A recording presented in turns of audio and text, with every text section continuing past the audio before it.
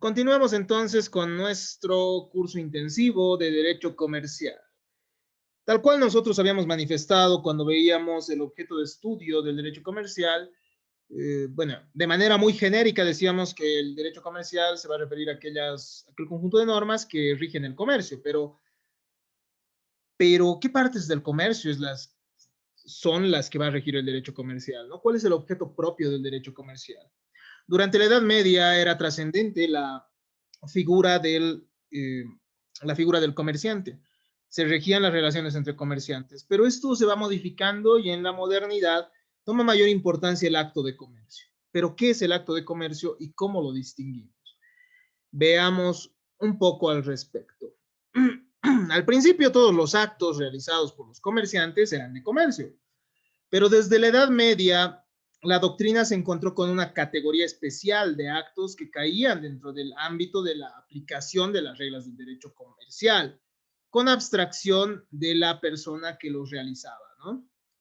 Entonces hay ciertos actos que más allá de ser, o sea, el acto de comercio no es equivalente al acto que realiza el comerciante. Una persona sin ser comerciante puede ejercer actos de comercio, puede realizar actos de comercio. Y esto complejiza el objeto de estudio del derecho comercial. Es el Código de Comercio francés de 1807 en el que aparece por primera vez la expresión de acto de comercio, ¿no? La expresión acto de comercio. Pese a que la categoría ya se conocía antes, es decir, no podemos desconocer que en la edad Media también habían actos de comercio, no con ese nombre específico, pero sí había, ¿no? Tanto en el sistema objetivo como en el sistema subjetivo, entonces, se parte del concepto de acto de comercio objetivo. Sin embargo, la teoría objetiva no pudo precisar la naturaleza de los actos de comercio, resultando difícil elaborar un concepto unitario. Ya, podemos decir que el derecho comercial rige el, los actos de comercio, pero ¿qué son los actos de comercio? ¿Cuáles son sus características? Entonces, ese es un problema teórico que ha surgido y también han surgido diferentes tendencias, ¿no? Que tratan de explicarnos esto. ¿Por qué? Porque además el acto de comercio es importante, ¿no? Para el derecho comercial. La importancia de precisar si un acto es civil o comercial radica en los siguientes motivos. En primer lugar, la legislación de fondo aplicable, ya que las instituciones jurídicas son diferentes, ¿no? Si nosotros identificamos el acto de comercio, nosotros vamos a saber qué normas aplicar y concretamente se van a aplicar las normas del derecho comercial. En segundo lugar, los efectos probatorios. Según la naturaleza del acto, las reglas para probar su existencia y efectos son diferentes. Si hablamos de actos de comercio, por ejemplo, los libros de contabilidad constituirán una prueba entre los comerciantes. ¿No ve? Eso lo vamos a ver en un instante más también. Entonces, los efectos probatorios son distintos en lo que respecta a las obligaciones, por ejemplo, que se van a dar entre las personas. Si no se trata de comerciantes, claro está, ustedes ya saben que esto se rige bajo las reglas del Código Civil, ¿no? Tiene que haber principio de prueba escrita ante cierta cantidad de dinero, tiene que haber prueba documental, ¿no? Si es que se trata de cierta cantidad de dinero. Entonces, aspecto que varía en el derecho comercial. Reitero, los libros de contabilidad resultan importantes. Los fines profesionales también, pues el acto de comercio nos va a ayudar a establecer también quién podría ser comerciante, ¿no? El acto de comercio además es importante distinguirlo, pues va a ayudarnos a comprender los efectos de la quiebra, es decir, aquella situación en la cual el comerciante no puede cumplir con las obligaciones que tiene. De igual manera, va a ser importante para establecer, para institutos jurídicos inherentes al derecho tributario, ¿no? Para fines tributarios. Pues la base imponible van a ser actos comerciales en ciertas situaciones, ¿no? Entonces, tenemos que comprender aquello. El Código de Comercio boliviano acepta la teoría de los actos de comercio. Si nosotros revisamos el artículo 6 de nuestro Código de Comercio, hay un listado de códigos de comercio. Pero el problema es que hay una cláusula abierta. porque además de esos actos enumerados en nuestro Código de Comercio, pueden haber otros más, ¿no? Y el código no nos ayuda a establecer cuáles son actos de comercio. Por eso es que hay diferentes teorías de cuándo estamos ante un acto de comercio. Una de las teorías es la teoría de la circulación, ¿no? El acto de comercio es aquel que se interpone en la circulación de riquezas entre productor y consumidor. Lo que habíamos dicho en ese ejemplo que dábamos hace un instante, ¿no? Si hay intermediación, hay comercio, hay un acto de comercio. El problema es que esta perspectiva, esta teoría de la circulación, no toma en cuenta el ánimo de lucro que tienen los comerciantes, ¿no? Entonces, le faltó aquel elemento para poder comprender un poco más el acto de comercio. En segundo lugar, tenemos una teoría de la especulación, que nos dice que la principal característica del acto de comercio es el lucro, ¿no? Los fines de lucro que tienen las personas que lo ejercen. Quedarían fuera las obligaciones o ventas que se realizan a precios inferiores o reales. Ese es un problema, ¿no? También en el comercio se dan ventas a precios inferiores, ¿verdad? Del valor o a precios reales. ¿Por qué? Porque muchas veces hay ofertas y demás, ¿no? Demás, diferentes situaciones que así ameritan. Entonces, no se toma en cuenta esto. Quedarían, según esa teoría de la especulación, entonces no se toma en cuenta las obligaciones en las cuales se vende o se transfiere bienes y servicios al precio inferior o al precio real. Hay una tercera teoría que es la teoría de la profesionalización del que realiza el acto. Y nos dice que los actos de comercio son operaciones realizadas por comerciantes en ejercicio de su profesión. Desconoce que no hay que hay comerciantes, digo, hay no comerciantes, hay personas que no son comerciantes y aún así realizan actos de comercio. Esta teoría, ¿no? Entonces también es insuficiente. Tenemos una teoría que es la teoría de la repetición de los actos. Nos dice que el acto comercial se suscita cuando las operaciones se realizan en forma reiterada y no aislada. El problema es que no toma en cuenta la habitualidad, si no nos dice reiterada, ¿no? Entonces yo sería comerciante si un día realizo varias veces la misma acción, el mismo acto. Una persona puede de manera aislada efectuar muchas operaciones en un solo día y eso no sería un acto de comercio, ¿no? Necesariamente. Finalmente tenemos una teoría de la calificación legal. La teoría de la calificación legal nos dice que los actos de comercio van a ser solo aquellos establecidos por el Código de Comercio y las leyes comerciales especiales. Nuestro Código de Comercio establece un listado específico de cuáles son los actos de comercio, ¿verdad? Pero hay cláusula abierta, reitero, es decir, establece que hay posibilidad de que otros actos entren dentro de, como actos comerciales. Para esto, claro, la autoridad judicial será la que, bueno, el jurista será el que tenga que interpretarlo. Y en esta situación, en esta cláusula abierta, serán importantes estas teorías de la circulación, la teoría de la especulación, la teoría de la profesionalización de quien realiza el acto y la teoría de la repetición de los actos. Entonces, estas teorías no quedan siendo inservibles.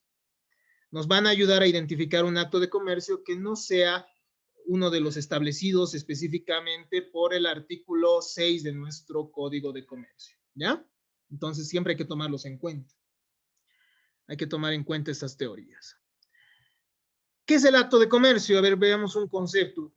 Los fracasos de encontrar una definición unitaria y vinculante de acto de comercio nos demuestran que hay una dificultad enorme al definir el acto de comercio. Ninguna definición es aceptada unánimemente, pues hay conceptos que son más restringidos y hay otros que son imprecisos. Debemos tomar en cuenta que al conceptuar los actos de comercio, tiene que tenerse presente que este término, más que un concepto jurídico, es un concepto económico, equiparado a negocios y operaciones comerciales. Entonces, cuando hablamos de acto de comercio hay que tomar en cuenta este aspecto, ¿no? Que se trata de operaciones comerciales, de negocios comerciales y que tendrán entonces un aspecto más económico que jurídico.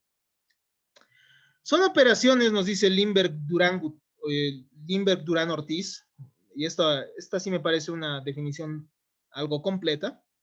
Son operaciones que con fines de lucro y en forma habitual realizan tanto los comerciantes como los que no lo son, que recaen en hechos y objetos materiales, siendo por consiguiente estos de dominio comercial.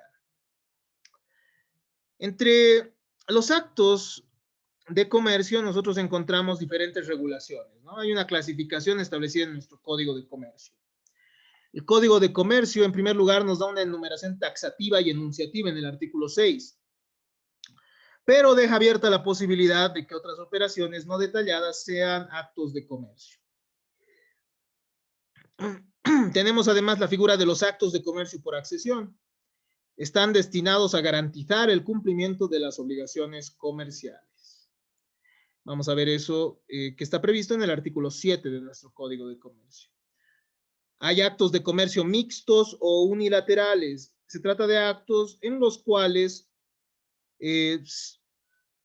tienen un carácter comercial solo para una de las partes que intervienen, ¿no? Y no así para la otra parte, que considerará estos un acto cotidiano. Encontramos además, para aclarar cuáles no son actos comerciales, el artículo 8 de nuestro Código de Comercio, que establece los actos no comerciales. Entonces tenemos una enumeración taxativa y enunciativa establecida en nuestro artículo 6 del Código de Comercio boliviano.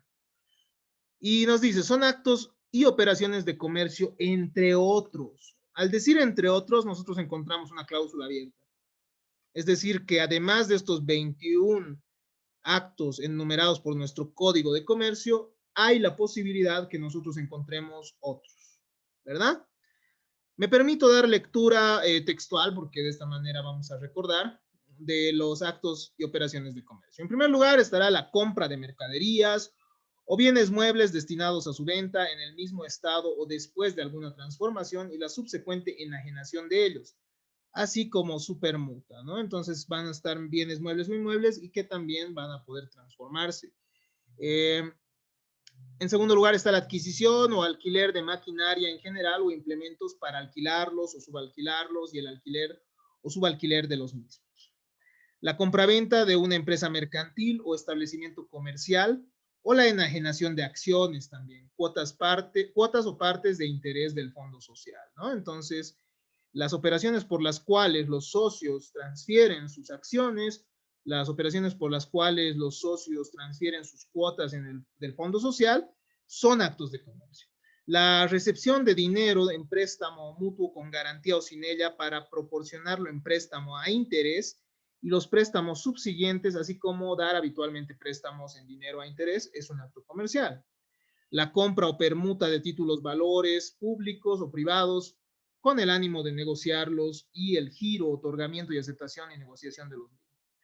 Entonces, los actos jurídicos que se realicen respecto a títulos valores formarán parte también de los actos comerciales. Las operaciones de bolsa, de rematadores, el corretaje, las comisiones y la representación o agencias de firmas nacionales o extranjeras, es decir, las operaciones, los actos que realicen ciertos auxiliares de comercio y auxiliares del comerciante, ¿ya? Ustedes saben, por ejemplo, que el corredor es un intermediario, ¿no? entre las ofertas y las demandas que se den entre sociedades. Entonces, eso ya lo vamos a ir desarrollando también. Las fianzas, avales y otras garantías otorgadas en actos y operaciones mercantiles. La actividad empresarial de las entidades que medien habitualmente entre la oferta y la demanda pública de recursos financieros, así como las operaciones y servicios de intermediación de las mismas y el cambio de monedas. La actividad empresarial de entidades de seguros a prima o mutuos sobre daños patrimoniales y personas. La actividad industrial dedicada a la fabricación de bienes o mediante la transformación de materias primas adquiridas o de propia producción. Actividad empresarial de transporte de personas o cosas a título oneroso, cualquiera sea la vía o medio utilizado, así como la del ramo de comunicaciones. Las actividades empresariales de depósito de mercaderías y bienes, así como de suministros. La actividad empresarial de hoteles, pensiones, resis- eh, residenciales, restaurantes, bares, cafés, espectáculos públicos y otros establecimientos semejantes. Esto es importante, ¿no? Hay actividad de hoteles, pensiones, residenciales y también nosotros tenemos en derecho civil en materia de contratos el contrato de albergue, por ejemplo, en el cual nosotros podemos evidenciar cierta diferencia, ¿no? Estas actividades de hoteles, de pensiones, tienen que ser empresariales, por si acaso, en primer lugar. Si se trata de albergar a alguien y de ofrecer comida para la subsistencia propia, ya no estamos ante un acto comercial, ¿ya? Ya no estamos ante un acto comercial y eso lo vamos a diferenciar en un instante más. La actividad empresarial de publicación de periódicos, editoriales, tipografías, fotografías, multicopias, librerías, noticias, informaciones y propaganda, la actividad empresarial de sanatorios, clínicas, farmacias y otras similares, incluyendo las funerarias, actividad empresarial de construcciones y edificaciones en general, comprendiendo las dedicadas a montajes, instalaciones y otros, la actividad dedicada a la industria extractiva, así como el aprovechamiento y explotación de recursos naturales, renovables y no renovables. Esto ya lo veíamos cuando analizábamos la relación del derecho comercial con el derecho minero, ¿no? La actividad empresarial de promoción de negocios o de su administración, las empresas privadas de educación y enseñanza organizadas con fines de lucro, las actividades bancarias, los demás actos y contratos regulados por este código, ¿no? Eh, los actos de comercio no solo van a ser tales según lo enunciado en el artículo 6, sino que también va a haber actos de comercio que lo sean así por su conexión con actos que sean efectivamente de comercio.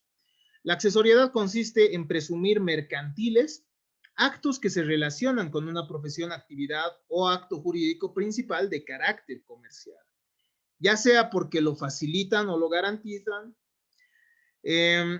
Los actos comerciales, digo, los actos civiles, para ser considerados actos de comercio por conexión, tienen que estar precedidos de un acto de comercio anterior.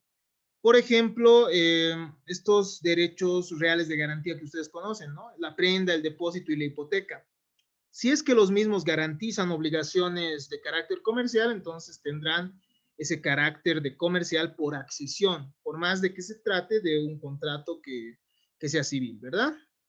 Entonces, el artículo 7 de nuestro Código de Comercio establece, bueno, nuestro Código de Comercio establece, quedan sujetos a este código los actos realizados por los comerciantes en conexión con sus actividades comerciales y los ejecutados por cualquier persona cuando tenga por objeto el cumplimiento de obligaciones comerciales. ¿Ya? Entonces, los actos comerciales también pueden ser tales siempre y cuando se trate, tengan conexión con un acto comercial, ¿verdad? Los actos de comercio también pueden ser mixtos, siempre y cuando para una de las partes se trate de un acto comercial. Se incluyen en esta categoría aquellos actos o contratos que tienen un carácter comercial para una sola de las partes que intervienen en ellos. Tienen diferente naturaleza según se los considere desde el punto de vista de uno u otro de los sujetos que lo realizan. Entonces, estamos ante relaciones jurídicas en las cuales una de las personas está realizando un acto cotidiano, que no necesariamente sea comercial, pero la otra sí esté desempeñando esto, ¿no? Forman la generalidad, como ocurre en el caso del seguro, por ejemplo, ¿no?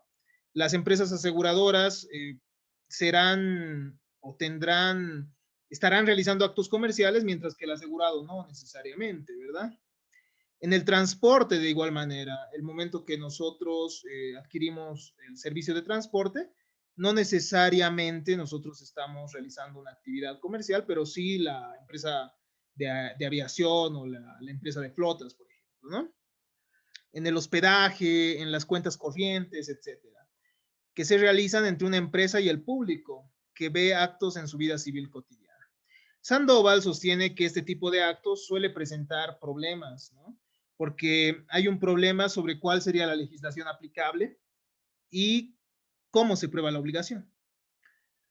El artículo 9 de nuestro Código de Comercio establece que si el acto es comercial para una de las partes, se rige también por el Código de Comercio, ¿ya? Se puede llegar a regir por el Código de Comercio, no olvidemos esto. Finalmente, tenemos los actos no comerciales. Los actos no comerciales tienen ciertas características. En primer lugar, los actos no comerciales se van a tratar de un trabajo directo, ¿ya? No estamos ante una intermediación, estamos ante una persona que ejerce directamente el servicio o entrega directamente o realiza directamente los bienes. En segundo lugar, se encuentran destinados a la subsistencia, los actos no comerciales.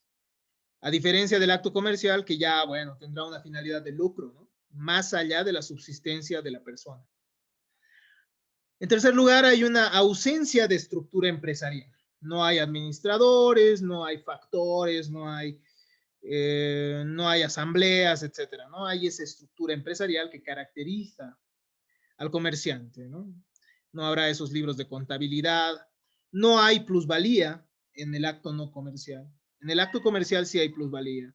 Pues uno de los efectos que se genera de la sociedad comercial justamente es la percepción de beneficios y también el desembolso, ¿no?, de los gastos de acuerdo a las acciones que tenga cada uno.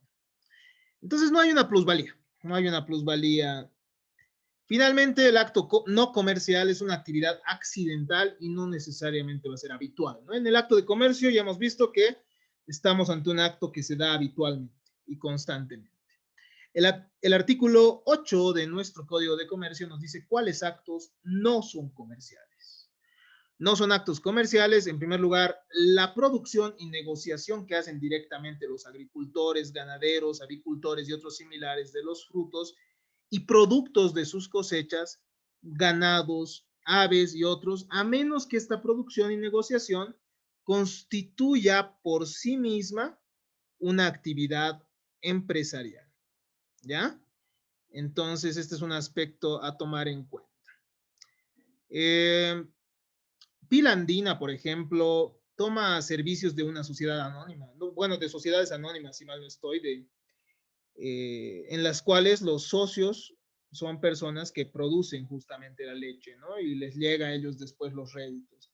Es muy interesante esta forma. Entonces, en este caso estamos ante personas que no, ya no están produciendo directamente, ¿no?, sino que ya tienen una finalidad de carácter empresarial, ¿no?, que buscan esa actividad ya empresarial, ya no se trata de una actividad directa de intercambio simplemente.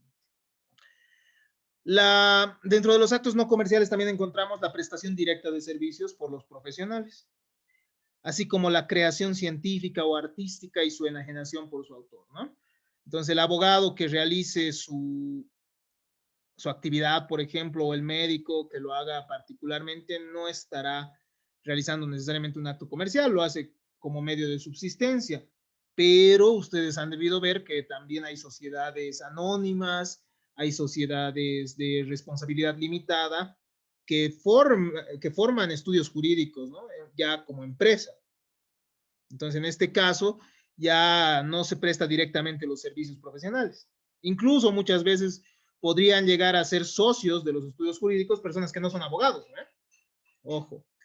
Los trabajos u oficios manuales o de servicio de los artesanos, obreros y otros establecidos sin condición de empresarios y cuya subsistencia depende del producto de aquellos.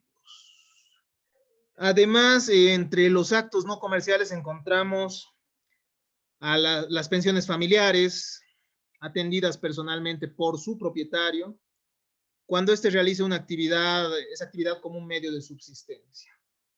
La adquisición de frutos, mercaderías y otros bienes con destino al consumo o uso del adquirente, o el ofrecimiento ocasional de cualquier excedente.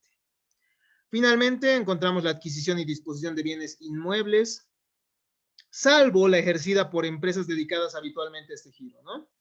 Ustedes saben que hay empresas que se van a dedicar a la venta de inmuebles, ya posiblemente, pero eso es diferente, esa es una actividad comercial que se da de manera habitual. Entonces, la venta aislada de un bien inmueble no puede ser constituida como un acto comercial. Y estas características que nosotros hemos mencionado nos permiten diferenciar un acto comercial de aquel que no lo es, ¿no? Estas características que las tenemos enumeradas acá en los incisos A hasta el inciso E. Cuando hay trabajo directo, cuando se encuentran destinados a la subsistencia de la persona, cuando no hay una estructura empresarial, no hay plusvalía y además cuando se trata de una actividad accidental y no habitual. En esos casos no estaremos ante actividades comerciales. Como se habrán dado cuenta, el acto comercial es muy difícil de identificar, ¿no? Si bien nuestro código de comercio nos establece una enumeración taxativa de cuáles son los actos de comercio, eso no evita, por ejemplo, que la figura del e-commerce entre como un acto de comercio, es decir, el comercio que se da mediante la web, ¿no? Mediante Internet. Entonces, ¿por qué? Porque, bueno, va más allá de estos actos de la simple subsistencia y se trata de actos de carácter habitual, etcétera. Hasta acá entonces esta tercera parte de nuestra explicación. Muchas gracias por su atención. Si es que hay alguna duda, estoy atento a ello.